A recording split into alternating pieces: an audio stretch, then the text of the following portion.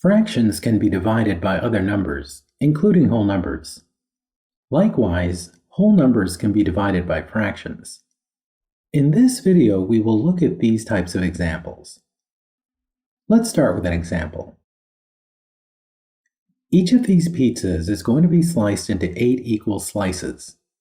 Write a fraction division statement that can be used to calculate the total number of slices. To find the number of slices from these two pizzas, divide 2 by 1/8 as shown here. When dividing by a fraction, change it to a multiplication by the reciprocal of the fraction. So 2 divided by 1/8 becomes 2 times 8. The result is 16.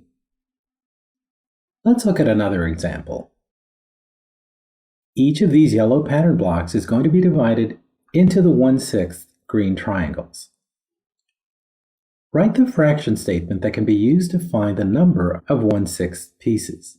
Since there are 3 pattern blocks and each represents 1, then the division statement to find the number of 1/6 blocks is this: 3 divided by 1/6.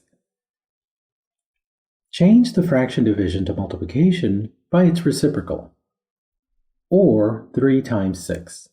The result is 18. Let's look at a final example. The pizzas on the left are going to be sliced into 6 equal slices. The pizzas on the right are going to be sliced into 10 equal slices. Write a fraction statement that can be used to calculate the total number of slices. There are 2 division statements, 2 divided by 1/6 and 2 divided by 1/10. The sum of these division statements is the total number of pizza slices.